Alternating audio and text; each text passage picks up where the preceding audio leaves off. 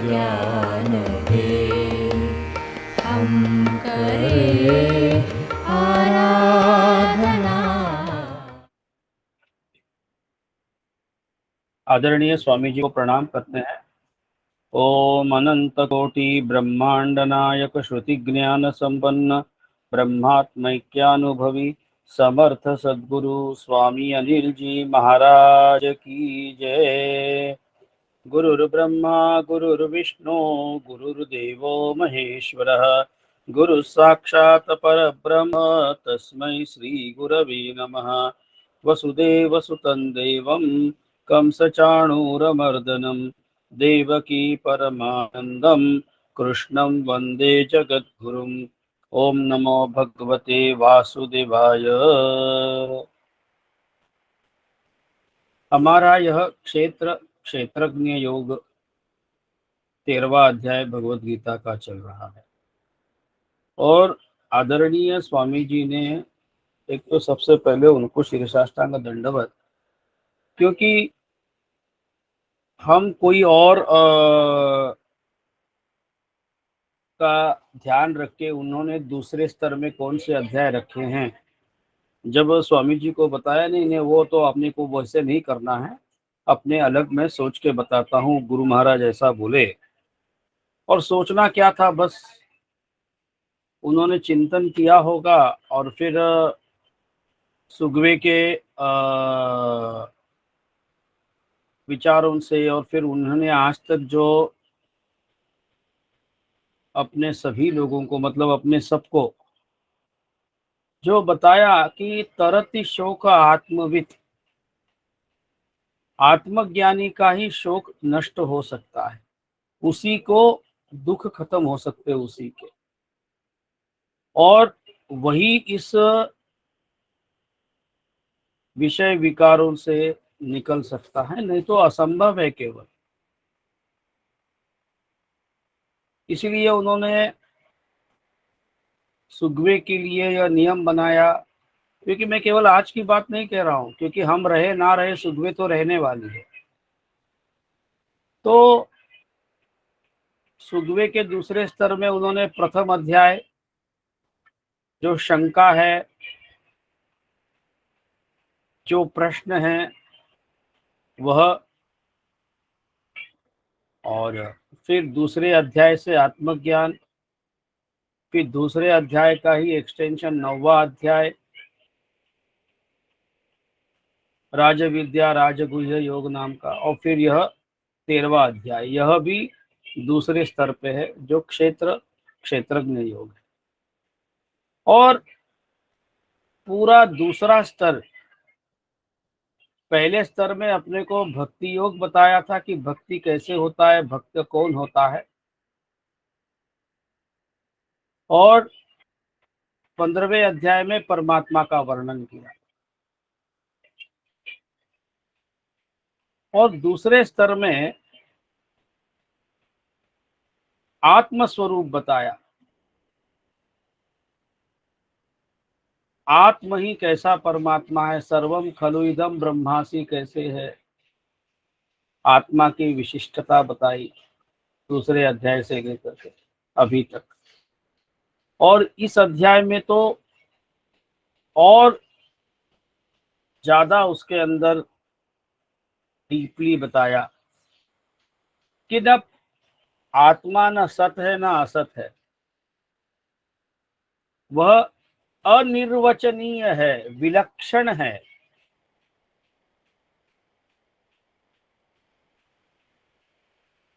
फिर कल ही हमने एक श्लोक देखा था, 15वां श्लोक, कि वह चराचर सब भूतों के बाहर भीतर परिपूर्ण है, चर अचर भी वही है, वही सूक्ष्म हो, अविज्ञेय है इसलिए सूक्ष्म होने से, तथा अति समीप में भी वही है और दूर में भी वही है।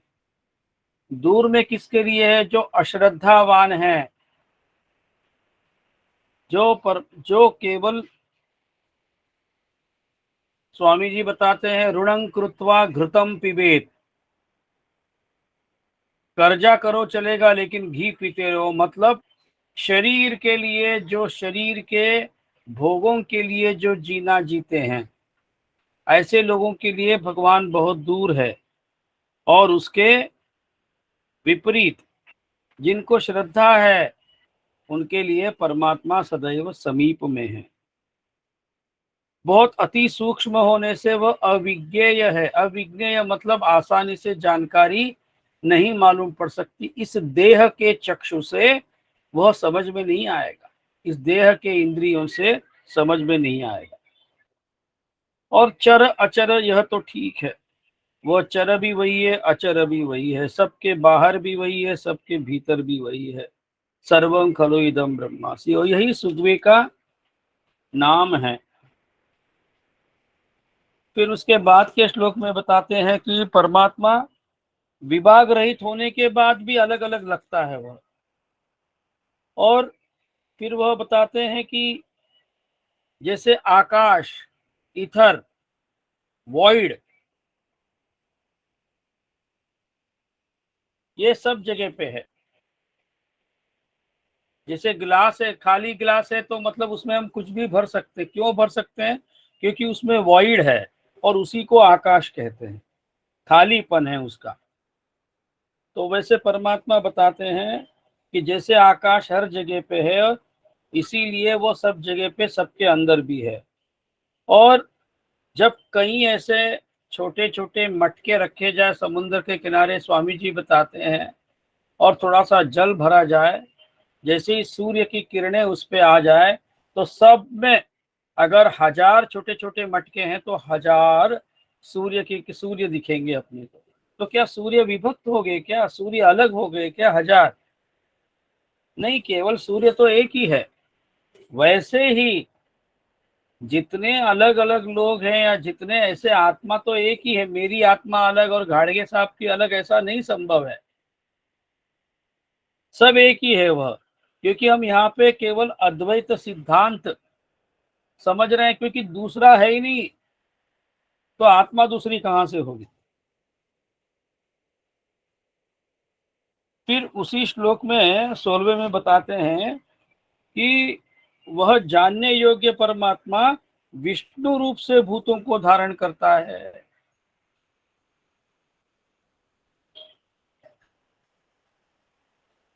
मतलब हमारे जीवन का, जैसे लोग पहले से हम जानते हैं कि ब्रह्मा पैदा करते हैं, विष्णु चलाते हैं, मतलब जीवन चलाते हैं, और महेश्वर या शिव जी राम राम कराते हैं, मुक्ति मौत देते हैं, या मौत के देवता वह है, मृत्यु के। इसीलिए उनका एक नाम मृत्युंजय भी रखा हुआ है। तो विष्णु रूप से धारण करता हूँ, रुद्र रूप से संहार करता हूँ, और ब्रह्म रूप से सबको उत्पन्न करता हूँ। और यह परमात्मा बता रहे हैं, मैं अविभक्त हूँ, असलियत में मेरे कोई विभाग नहीं है, मैं एक ही हूँ। लेकिन जिसकी जैसी जानकारी, जिसकी जैसी बुद्धि, उस हिसाब से मैं उसको रूप में दिखा रहा। अब 17वें श्लोक में था कि वह परब्रह्म ज्योतियों का भी ज्योति है।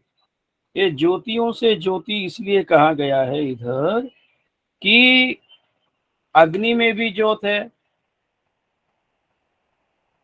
छोटे से दिए में भी ज्योत है।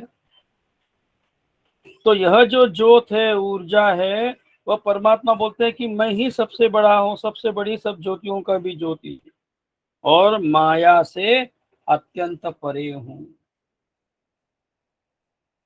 माया के बारे में परमात्मा बताते हैं, मम माया दुरत्यया, मेरी माया को समझ पाना असंभव। जो जो दृश्य है वह सब माया है। जो जो नाम रूप काल क्रिया और स्थल, इन 5 चीजों में, या 5 चीजों के कारण जानी जाती है, नाम रूप स्थल काल और क्रिया, वह सब माया है। अब हम अगर सोचेंगे तो इन 5 चीजों के अलावा तो कुछ है ही नहीं, और जो कुछ है ही नहीं वो हमारा अज्ञान है।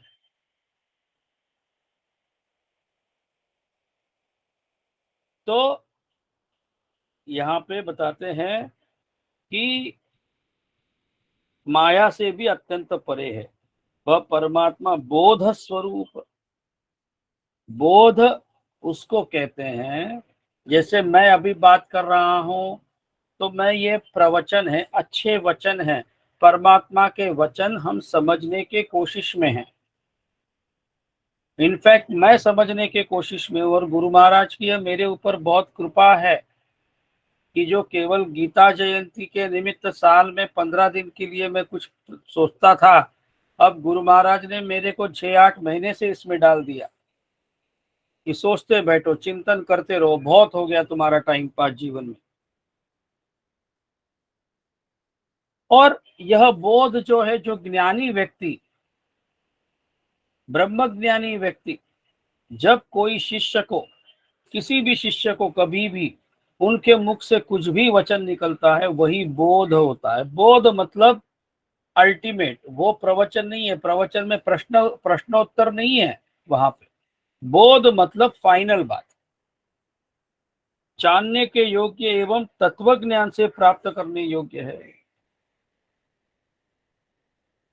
स्वामी जी कहते हैं कि तर्क से क्या परमात्मा को जाना जाता है? नहीं, लेकिन तर्क से सहायता जरूर मिलती है परमात्मा को जानने। तत्व, तत् मतलब वो परमात्मा, त्व मतलब इंसान, साधक, मुमुक्षु, और तत्वम, और तत्व ज्ञान मतलब उन दोनों का ज्ञान जिसको है, वह सब वही प्राप्त करने योग्य है, और सबके हृदय में वह विशेष रूप से स्थित है। स्वामी जी ने वैसे ही एक बार बताया कि हृदय मतलब, परमार्थ में हृदय, जो हमारे सबके व्यवहार में हृदय मतलब हार्ट, अपने सीने में, वैसा नहीं है, इतना ही बताया था। तो यह आपने सब समझ ले कि हमें हृदय का परमार्थिक अर्थ कभी मौका मिले तो समझना है। और समझना क्या है? जानना ही है वो, तो समझना क्या है? तो यह सब लोग ध्यान रखें। इति क्षेत्रम तथा ज्ञानम, 18वां श्लोक। इति क्षेत्रम तथा ज्ञानम ज्ञेयं चोक्तं समासतः मद्भक्त एतद् विज्ञाय मद्भावायोपपद्यते। इस प्रकार क्षेत्र तथा ज्ञान और जानने योग्य परमात्मा का स्वरूप संक्षेप से कहा गया। मेरा भक्त इसको तत्व से जानकर मेरे स्वरूप को प्राप्त होता है। क्षेत्र का मतलब हमने समझ लिया पहले ही दिन, पंच महाभूत, आकाश, वायु, अग्नि, जल, पृथ्वी, मन, बुद्धि और अहंकार, ये अष्टधा प्रकृति। अष्टधा प्रकृति का ही हमारा यह क्षेत्र बना है। फिर इस क्षेत्र के अंदर ज्ञान, ज्ञान क्या है? जानकारी किनसे मिलता है? बाहरी वस्तुओं की जानकारी कैसे, किससे मिलती है? तो पंच ज्ञानेंद्रिय और उनके विषय। पंच ज्ञानेंद्रिय कौन से है? तो कान, आँख, नाक से हम सूंघते हैं, और जबान से हम रुचि देखते हैं। फिर हम त्वचा से स्पर्श ज्ञान होता है। और फिर इनके विषय क्या है? शब्द कान से, रूप आँखों से, रस जिह्वा से, स्पर्श त्वचा से, और श्वास या सुगंध या दुर्गंध नाक से। यह 5 उनके विषय। और फिर कर्मेंद्रिय, कर्मेंद्रिय कौन से है? हाथ, पैर, बोलने वाली जबान, क्योंकि यह कर्म है, बोलने वाली जबान, और मल विसर्जन और मूत्र विसर्जन। यह 5 कर्मेंद्रियां हैं और इन सब से बना हुआ यह हमारा क्षेत्र है। और फिर ज्ञान कैसे प्राप्त करना है परमात्मा का, वह अपने छठे 7वें श्लोक से परमात्मा बताते हैं। अमानित्व, अमानित्व मतलब मानित्व मतलब बड़प्पन, अभिमान, अहंकार, या मैं हूं, या मुझे आता है, ऐसी बातें न होना। अकार संस्कृत में नकार दर्शक होता है। अदम्भित्वम, कोई भी तरह का दंभ नहीं, ढोंग नहीं। जो नहीं आता है नहीं आता है, जो आता है, करते हैं, किया क्या नहीं किया क्या। दंभ नहीं, अदम्भित्वम। अहिंसा, अहिंसा मतलब केवल किसी जीव को मारना या नहीं, अपने कारण किसी के भी मन को भी दुख ना हो, उसका नाम अहिंसा। शांति, शांति मतलब किसी ने अपने अपकार भी किया हो तो भी उसको क्षमा करना। आर्जवम, आर्जवम मतलब बहुत क्या बोलते हैं, ह्यूमिलिएशन, क्या बोलते हैं, ह्यूमिलिएशन नहीं, ह्यूमिलिटी, ह्यूमिलिटी कहेंगे। सदैव अपने आप को सिंपल जीवन रखना। फिर और मन वाणी आदि की सरलता।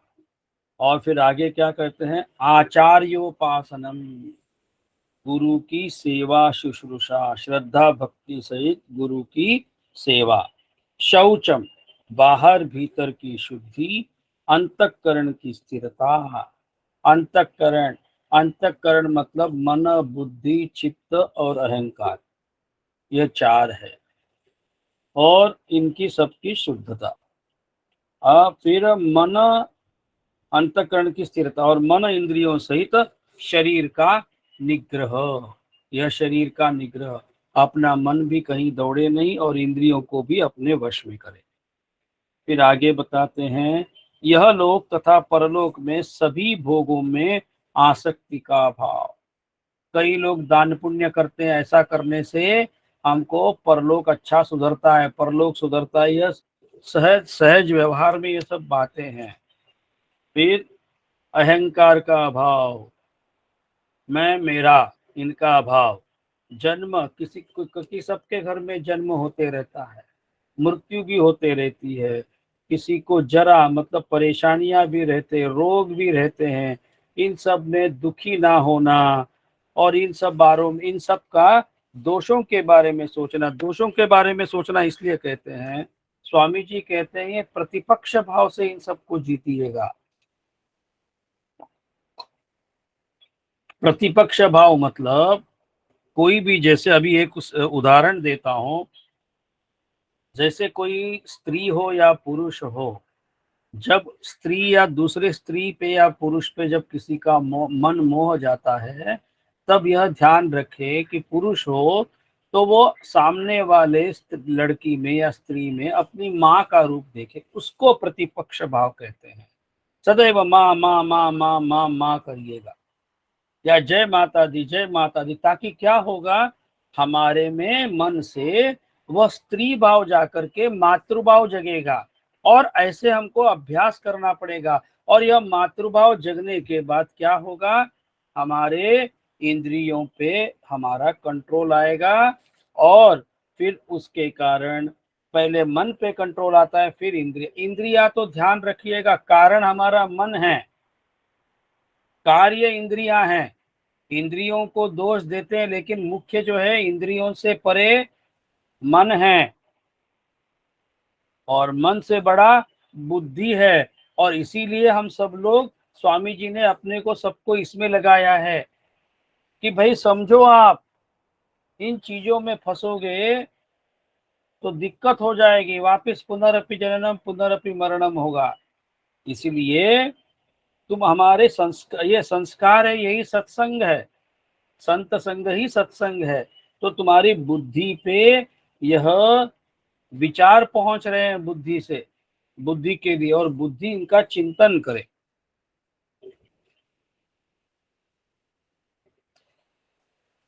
फिर आगे बताते हैं, कि पुत्र, स्त्री, घर और धन आदि में आसक्ति का भाव। क्योंकि ये केवल अपने अपने बारे में क्यों बोला? क्योंकि इंसान अपना पराया भेद बहुत करता है और फिर अपने लोगों के लिए उसकी आसक्ति बहुत हो जाती है। आसक्ति मतलब पॉसेसिवनेस। फिर वो आसक्ति जो होती है उसका अभाव होना चाहिए, ममता का ना होना, तथा प्रिय अप्रिय की प्राप्ति में सदा चित्त का समाधान रहना।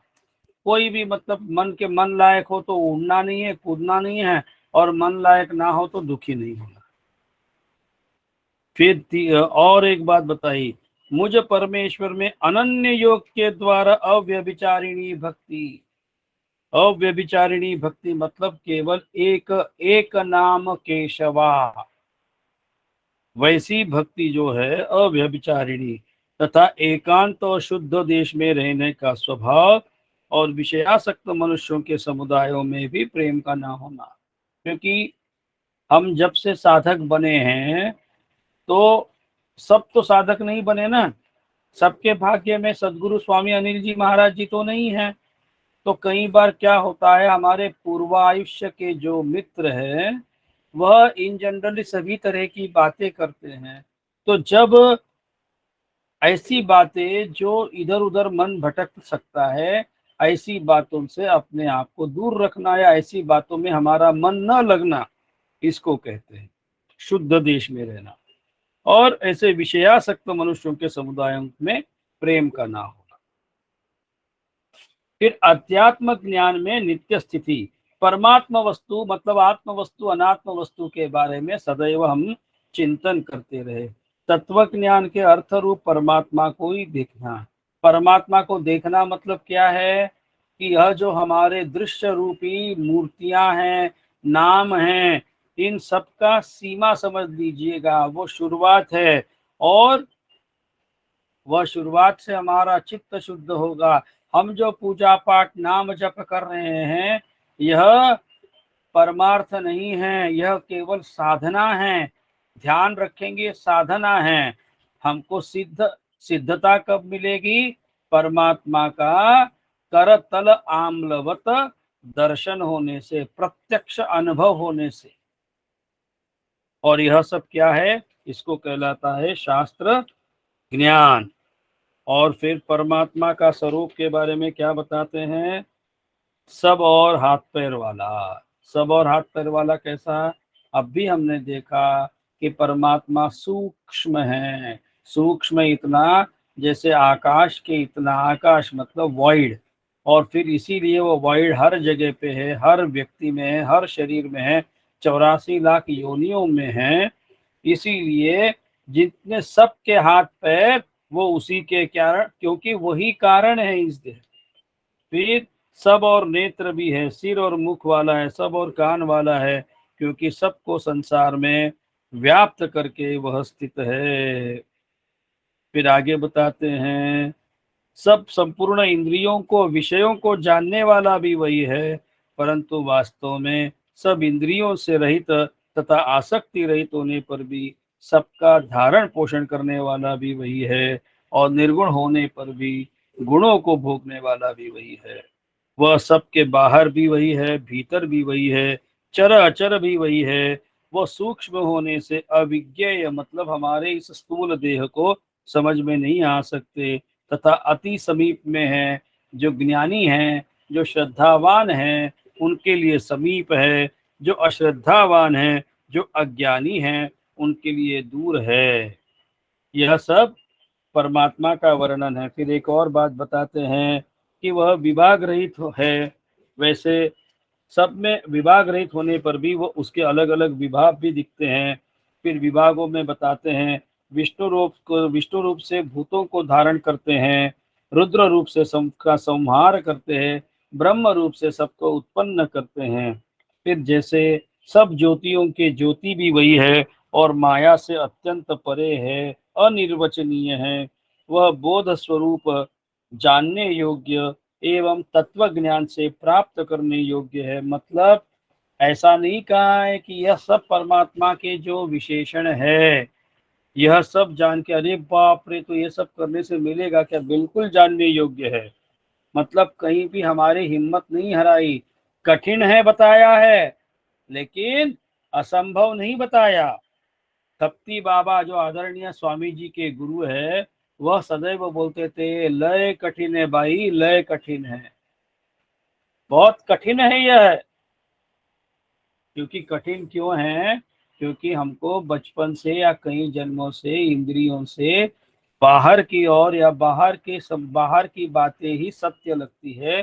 तो वह संस्कार बाहर के बातों को रोक करके अंतर्मुखी बनना, इसको समय लगता है और इसीलिए गुरु लगते हैं।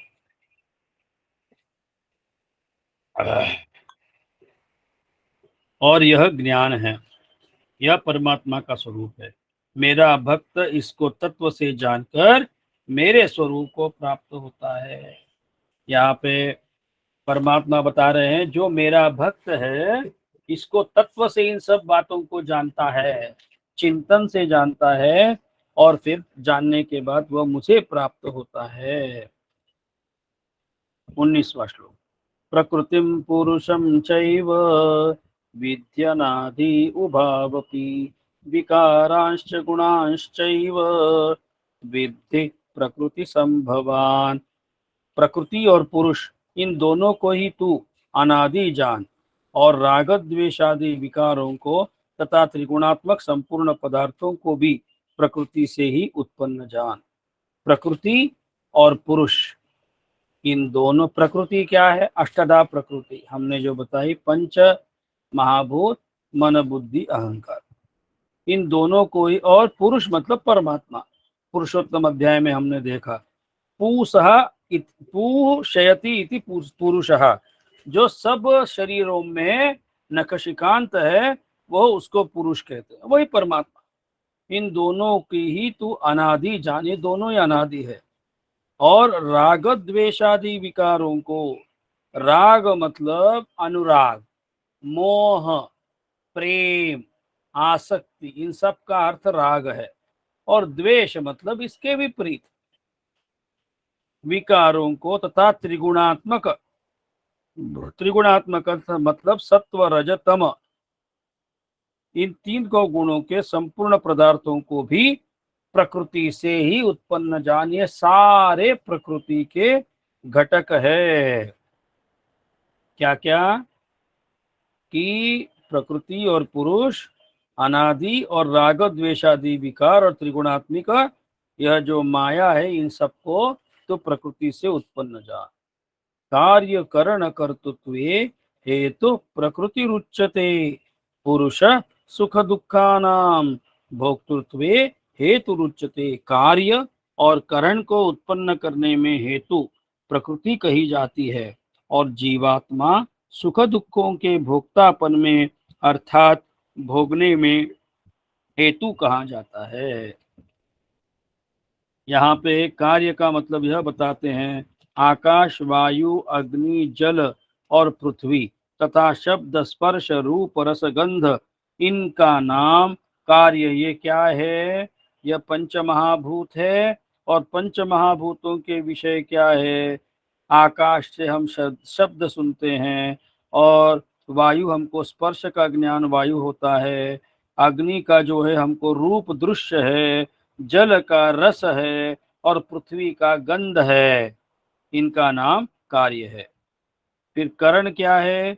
बुद्धि, अहंकार और मन मतलब सूक्ष्म, और तथा श्रोत्र, त्वचा, रसना, नेत्र और घ्राण, एवं वाक, हस्त, पाद, उपस्थ और गुदा, इन 13 का नाम करण है।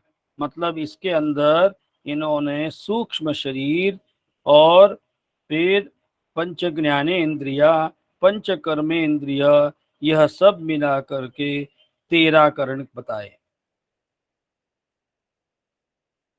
पुरुष प्रकृतिस्थो ही भुंक्ते प्रकृतिजान गुणान, कारणम गुण संगोस्य सदसद्योनि जन्मसु। प्रकृति में स्थित ही पुरुष प्रकृति से उत्पन्न त्रिगुणात्मक पदार्थों को भोगता है और इन गुणों का संग ही इस जीवात्मा के अच्छी बुरी योनियों में जन्म लेने का कारण है। यहाँ पे प्रथम परमात्मा अपने को बता रहा है कि यह जो पुनरपि जननम पुनरपि मरणम पुनरपि जननी जठरे शयनम, यह जो बात होती है वो क्यों होती है, तो उसका यहाँ पे कारण बता रहे हैं। यहाँ पे प्रकृति का अर्थ वह बताते हैं कि 7वें अध्याय में 14वां श्लोक अब हम पढ़ रहे हैं, वह दैवी हेषा गुणमयी मम माया दुरत्यया मामेव ये प्रपद्यन्ते माया में ताम तरन्ति ते। क्योंकि यह अलौकिक अर्थात अति अद्भुत त्रिगुणमयी मेरी माया बड़ी दुस्तर है, परंतु जो पुरुष केवल मुझको ही निरंतर भजते हैं वे इस माया को उल्लंघन कर जाते हैं, अर्थात संसार से तर जाते हैं।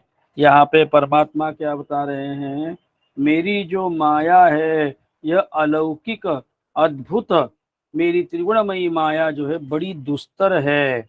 दुस्तर महत्व बहुत कठिन है समझने को, और जीत पाने के लिए भी उसको बहुत मुश्किल है। परंतु जो पुरुष केवल मुझको ही निरंतर भजते हैं, जो सदैव मुझको भजते हैं, वे इस माया को उल्लंघन कर जाते हैं, अर्थात संसार से तर जाते हैं। एक बार कई साल पहली बात है कि ऐसे ही हम बैठे थे, मैं सुरेश जी और गुरु महाराज थे, तो बातों बातों में ऐसी कुछ बात चली कि अध्यात्म में जैसे ही कोई गुरु का चेला बनने की या शिष्य बनने की कोशिश करते हैं तो सबसे पहले उसके घर वाले या फिर उसके पहचान वाले और कोई मित्र, ऐसे लोग उसको बोलते हैं, अरे तू पागल हो गया, ये सब करता है। और फिर परिस्थिति भी वैसे ही आती है, कई बार विषम परिस्थिति आती है कि आप समय दे पाते नहीं, फिर आपके संशय मन में और ज़्यादा बढ़ जाता है। तो स्वामी जी बताते हैं यह ऐसा इसलिए होता है कि ये सारा माया का खेल है, और माया सदैव अपने हर एक का अपना एक अपनी टीम का प्लेयर होता है। तो हम सब लोग माया के प्लेयर है, माया का खाना है। माया हमको निगलती है, फिर माया अपने को जन्म देती है, माया के कारण हमको जन्म मिलता है। अब ये माया कोई वस्तु नहीं है, माया कोई व्यक्ति नहीं है, माया हमारे विषय विकार कामनाएं ही हैं। फिर जब गुरु महाराज की, परमात्मा की कृपा से गुरु महाराज मिलते हैं और गुरु महाराज के ऊपर हमारी भक्ति बढ़ जाती है या शुद्ध होती है, या हमें ज्यादा ज्यादा विश्वास होने लगता है, वैसे वैसे कठिनाइयों के प्रसंग बहुत आते हैं। हमको गुरु महाराज के चरणों से दूर ले जाने के लिए हर संभव प्रकृति प्रयत्नरत होती है। क्यों? क्योंकि यह जो गुरु महाराज के चरण अगर एक बार किसी ने पकड़ लिए और दृढ़ श्रद्धा से कुछ भी हो जाए, अब सर कटे या कुछ भी हो जाए, अब गुरु महाराज को छोड़ना नहीं है। यह धारणा जब दृढ़ हो जाती है तब माया शिथिल हो जाती है और वह माया के कब्जे से दूर चला जाता है, और यह उसकी आत्मज्ञान के लिए पहली परीक्षा होती है। जैसे कुम्हार जब मटका बनाता है तब वो चारों ओर ठोकता है, बराबर बना कि नहीं बना, दृढ़ बना कि कच्चा ही है अभी तक। वो ऐसा ठोक करके समझ लेता है। वैसे ही यह परमात्मा ऐसे आमिष दिखाता है, ऐसा भय दिखाता है, मोह में गिराने का संकेत करता है, और कैसे भी अपने को आत्म रूप तक जाने ना देना, ये उनका काम है। असलियत में वो उनका काम अपने को रोकना नहीं है, उनका काम हम कितने दृढ़ है, यह परीक्षा होती है। अगर वह परीक्षा में उत्तीर्ण हो गए फिर कोई चिंता नहीं। जैसे एक बार हमने इसके पहले भी उसका जिक्र किया था कि सप्तशती जो है चंडी पाठ 700 श्लोकों का है, और उन्हीं का मार्कंडेय ऋषि ने 7 श्लोकों में भी संक्षेप में कहा है। उन्हीं 700 श्लोकों के उनके हिसाब से जो 7 महत्वपूर्ण श्लोक उन्होंने संग्रह किया, और उसको सप्तश्लोकी दुर्गा बोलते हैं।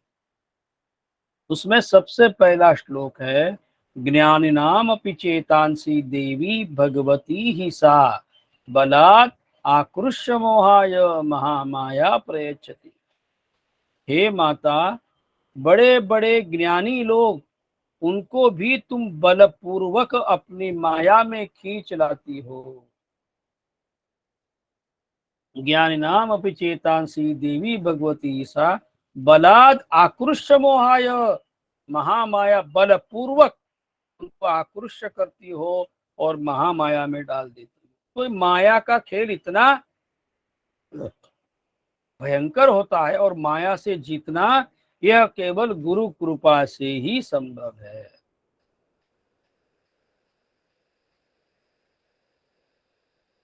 फिर आगे बताते हैं, प्रकृति में स्थित ही पुरुष प्रकृति से उत्पन्न त्रिगुणात्मक पदार्थों को भोगता है, और इन गुणों का संग ही इस जीवात्मा के अच्छी बुरी योनियों में जन्म लेने का कारण है। देखिए, यह जन्म लेने का कारण क्या बताते हैं, सत्व गुण के संग से। अगर कोई भी व्यक्ति, जब हमारे आखिरी सांसें हैं तब सत्व गुण के संग से देव योनि में जन्म होता है, रजोगुण के संग से मनुष्य योनि में, और तमोगुण के संग से पशु पक्षी आदि नीच योनि में जन्म होता है। अब सबसे महत्वपूर्ण बात यह है इसमें कि हमें किसी को यह नहीं पता कि हमारी आखिरी सांस कब है।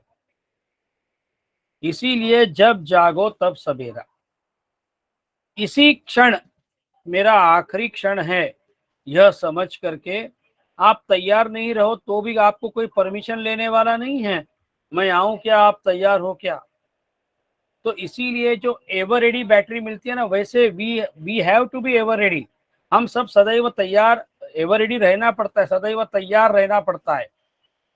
तो इसीलिए उस तैयारी के चलते मानसिक जो तैयारी है, इसकी तैयारी, एक तो हमें तृप्ति चाहिए, जो है उसमें खुश, कोशिश बिल्कुल करिए, इतनी कोशिश करिए कि पूरा घर आपका भर जाए, धन दौलत, आपकी सारी इच्छाएं पूर्ण हो जाए।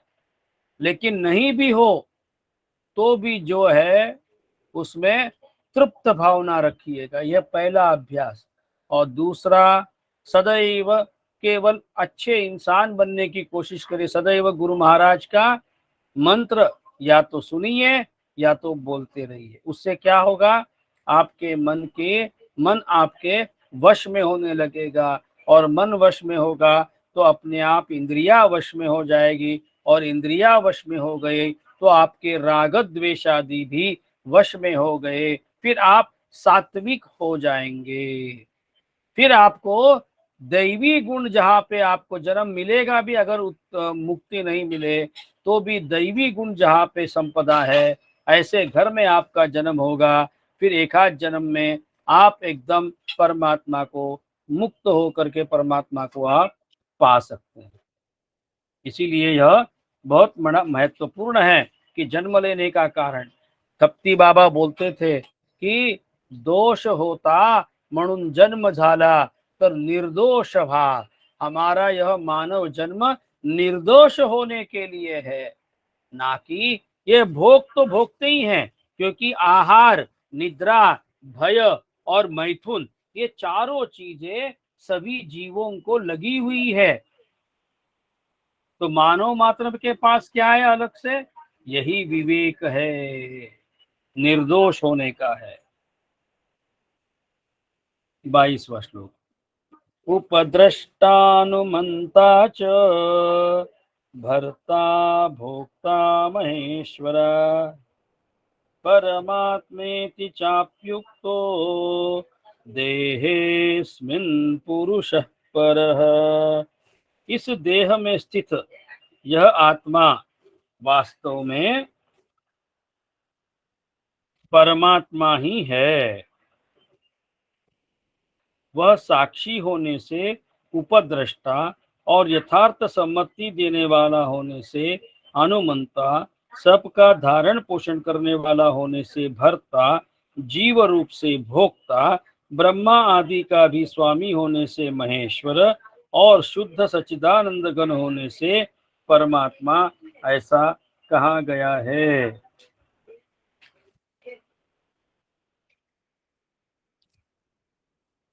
यहाँ पे पहले वाक्य में यहाँ पे गुरु महाराज बता रहे हैं कि इस देह में स्थित आत्मा जो है यह वास्तव में परमात्मा ही है।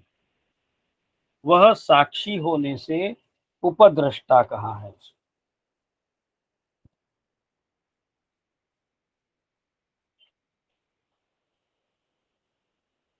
उपद्रष्टा का अर्थ है स्वयं क्रिया न करता हुआ पास में स्थित होकर देखने वाला। यह शांकर भाष्य से मैं लिया हूं। उपद्रष्टा का अर्थ यह है स्वयं क्रिया न करता हुआ पास में स्थित होकर देखने वाला।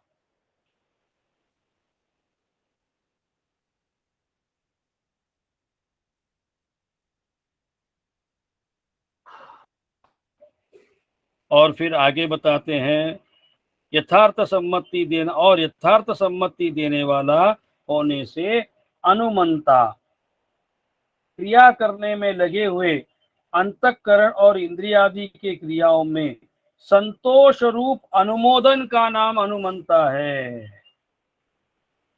अनुमनन है उसका करने वाला है, इसीलिए अनुमंता।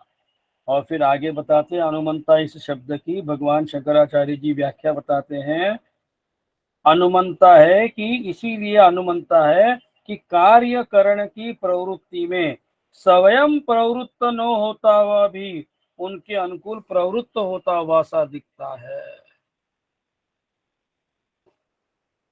जैसे स्वयं कुछ ना करता हुआ करने से लगता है, इसीलिए वो अनुमंता है।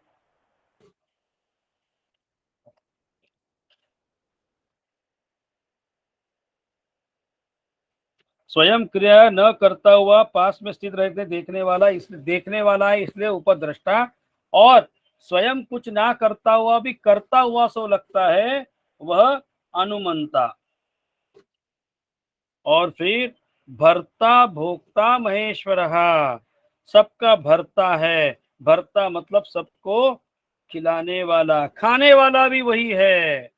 और सबका इंचार्ज होने से, सभी देवताओं का मुखिया होने से महेश्वर भी वही है। और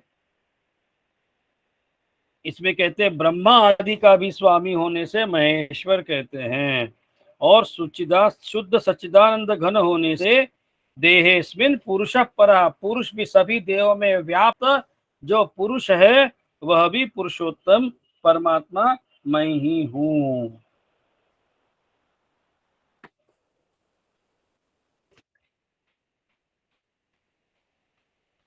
यहाँ पे इस श्लोक के अंदर परमात्मा यह बताना चाहते हैं कि आत्मा का अस्तित्व हर शरीर में है।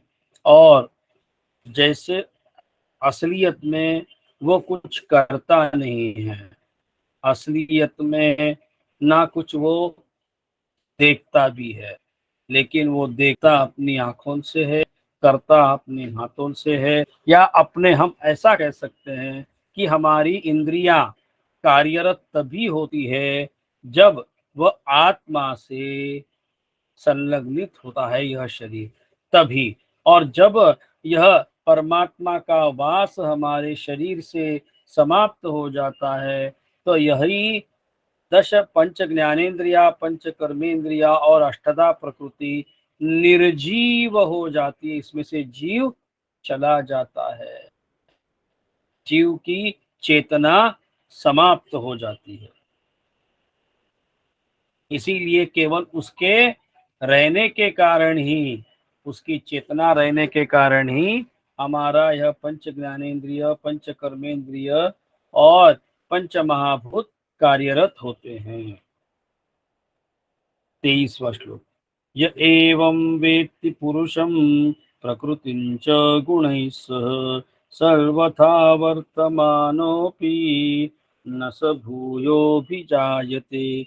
इस प्रकार पुरुष को और गुणों के सहित प्रकृति को जो मनुष्य तत्व से जानता है, वह सब प्रकार से कर्तव्य कर्म करता हुआ फिर नहीं जन्मता। इस प्रकार पुरुष को और गुणों के सहित प्रकृति को, अब इसके बारे में क्या बता रहे हैं पुरुष को और प्रकृति के बारे में? दृश्य मात्र संपूर्ण जगत माया का कार्य होने से क्षणभंगुर, नाशवान, जड़ और अनित्य है, तथा जीवात्मा नित्य, चेतन, निर्विकार और अविनाशी एवं शुद्ध बोध स्वरूप सच्चिदानंद घन परमात्मा का ही सनातन अंश है। इस प्रकार समझकर संपूर्ण मायिक पदार्थों के संग का सर्वथा त्याग करके परम पुरुष परमात्मा में ही एक ही भाव से नित्य स्थिर रहने का नाम उनको तत्व से जानना है।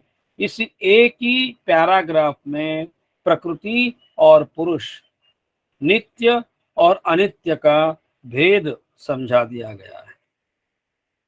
और इनको जो जानता है और जो सदैव अपना चित्त अपने गुरु महाराज के चरणों में, परमात्मा के चरणों में लगा देता है, वही तत्व से जानता है, ऐसे कहता। और वैसा ही व्यक्ति भले उस जन्म में एक बार जन्म ले, लेकिन वह रास्ता पकड़ लिया। हम आपको इतना ही आश्वस्त करते हैं, जो आदरणीय स्वामी जी के छत्र छाया में हैं, वह इस जन्म में मुक्ति हो ना हो, लेकिन वह आत्मव्रती तो हो गए।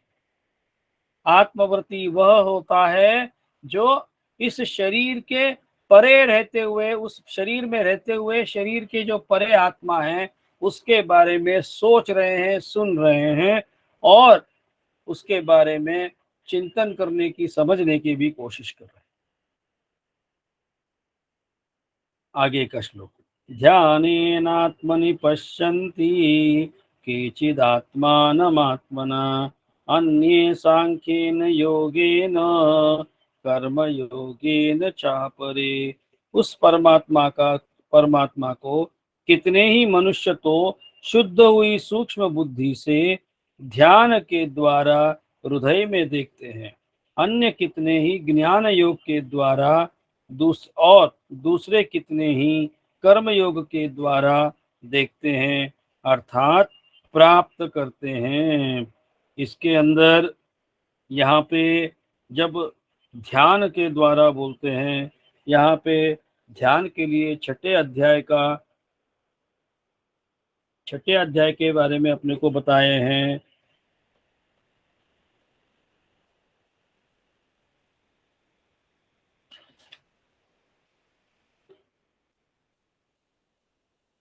छठा अध्याय है आत्म संयम योग, और इस अध्याय में योग के बारे में बताया गया। योग मतलब योगा जिसे आज का नाम है, लेकिन वह उसका नाम योग ही है। उसके बारे में योग कैसे करें उसके बारे में बताते हैं। शुद्ध भूमि में जिसके ऊपर क्रमशः कुशा, मृगछाला और वस्त्र बिछे हैं, जो बहुत ऊंचा नहीं है न बहुत नीचा है, अपने ऐसे आसन को स्थिर स्थापन करके उस आसन पर बैठकर चित्त और इंद्रियों की क्रियाओं को वश में रखते हुए मन को एकाग्र करके अंतःकरण की शुद्धि के लिए योग का अभ्यास करें। काया, सिर और गले को समान एवं अचल धारण करके स्थिर होकर अपनी नासिका के अग्रभाग पर यहाँ पे दृष्टि जमा कर अन्य दिशाओं को न देखता हुआ ब्रह्मचारी के व्रत में स्थित भय रहित तथा भली भांति शांत अंतःकरण वाला सावधान योगी मन को रोककर मुझमें चित्त वाला और मेरे परायण होकर स्थित होवे। वश में किए हुए मन वाला योगी इस प्रकार आत्मा को निरंतर मुझ परमेश्वर के स्वरूप में लगाता हुआ मुझ में रहने वाली परमानंद की पराकाष्ठा रूप शांति को प्राप्त होता है। हे अर्जुन, यह योग न तो बहुत खाने वाले का, न बिल्कुल न खाने वाले का, न बहुत शयन करने के स्वभाव वाला और सदा जागने वाले का ही सिद्ध होता है। दुखों का नाश करने वाला योग तो यथा योग्य आहार विहार करने वाले का, कर्मों में यथा योग्य चेष्टा करने वाले का और यथा योग्य सोने तथा जागने वाले का ही सिद्ध होता है। अत्यंत वश में किया हुआ चित्त जिस काल में परमात्मा में ही भली भांति स्थित हो जाता है, उस काल में संपूर्ण भोगों से स्पृहा रहित पुरुष योग युक्त ऐसे कहा जाता है। यह बात ध्यान योग के बारे में बताया। फिर ज्ञान योग के बारे में बताते हैं दूसरे अध्याय में।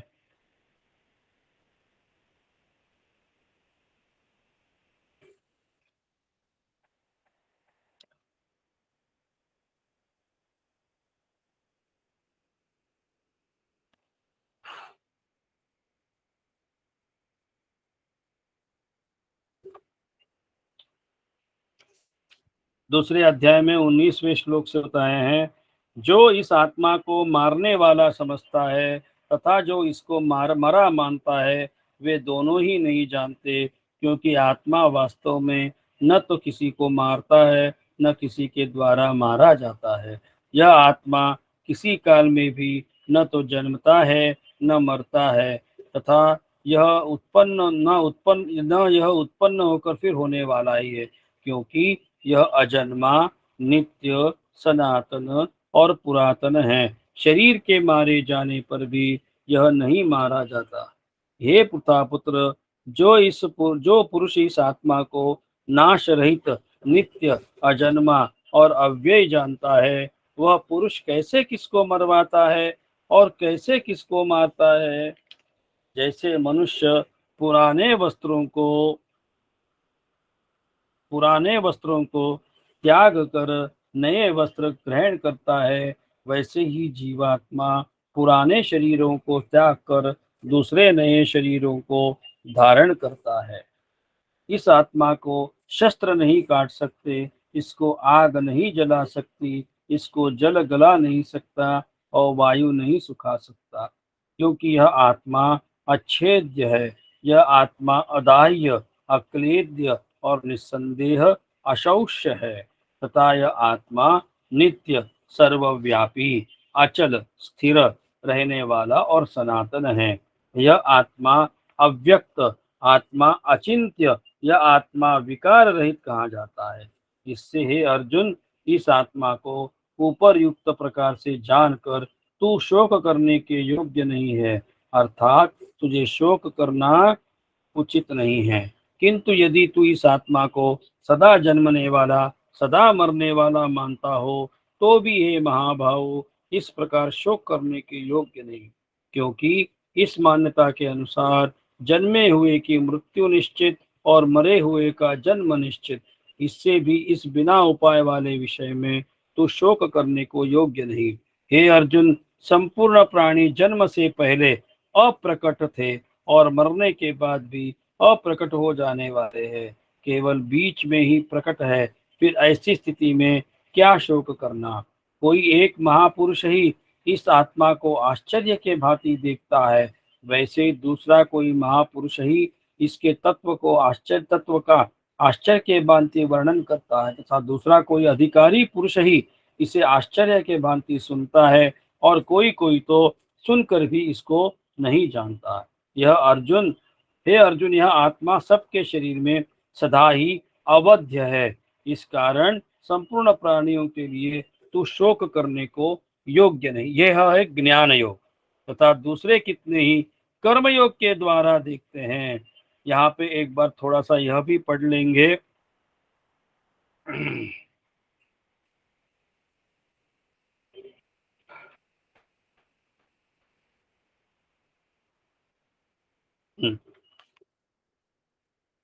इसी को बुद्धि योग कहते हैं।